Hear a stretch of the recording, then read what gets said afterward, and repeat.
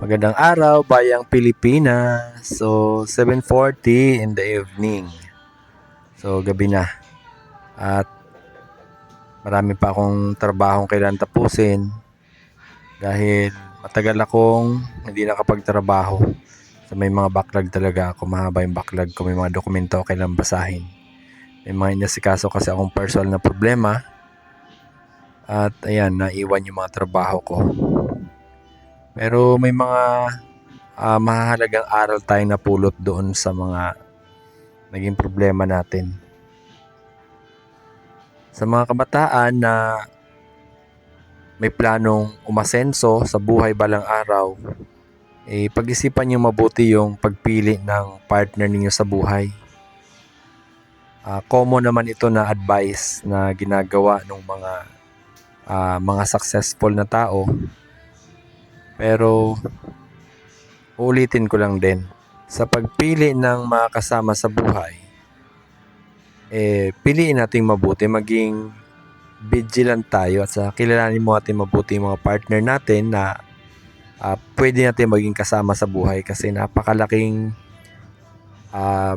epekto niyan sa hinaharap kung magkamali tayo ng pagpili. Lalo sa mga kabataan yun, mapupusok.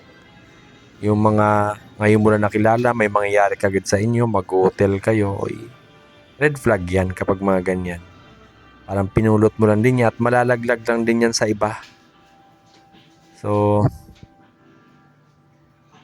piliin natin mabuti mga kasama natin sa buhay kasi balang araw, pagsisisihan natin yan kung naging bara-bara ang mga desisyon natin, lalo't makakasama mo yan Magiging katulong mo dapat yan Kung may pangarap ka sa buhay na gusto mong marating, kasama mo sa bangka yan kung yung kasama mo na yan, iba naman yung gustong kasama, imbes na magsagwan siya kaparehas nung pagsagwan nyo para makarating kayo ng mabilis dun sa direksyon na gusto mo, dun sa success na gusto mo, kabaliktaran ng ginagawa.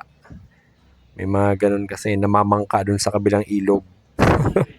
So, ayan, common yan na advice ng mga matatanda at ng mga successful na tao na piliin ng mabuti yung posibleng makasama mo sa buhay dahil baka yan pa yung sumira sa'yo at baka yan pa yung maging dahilan ng pagbagsak mo. So, ayun, maging vigilant tayo, maging mapagmatyag or kilalaning mabuti yung tao na gusto mong makasama sa buhay mo. Yung isasakay mo sa bangka mo, kumbaga. Yun, so yun lang. Magandang gabi at magandang araw, bayang Pilipinas.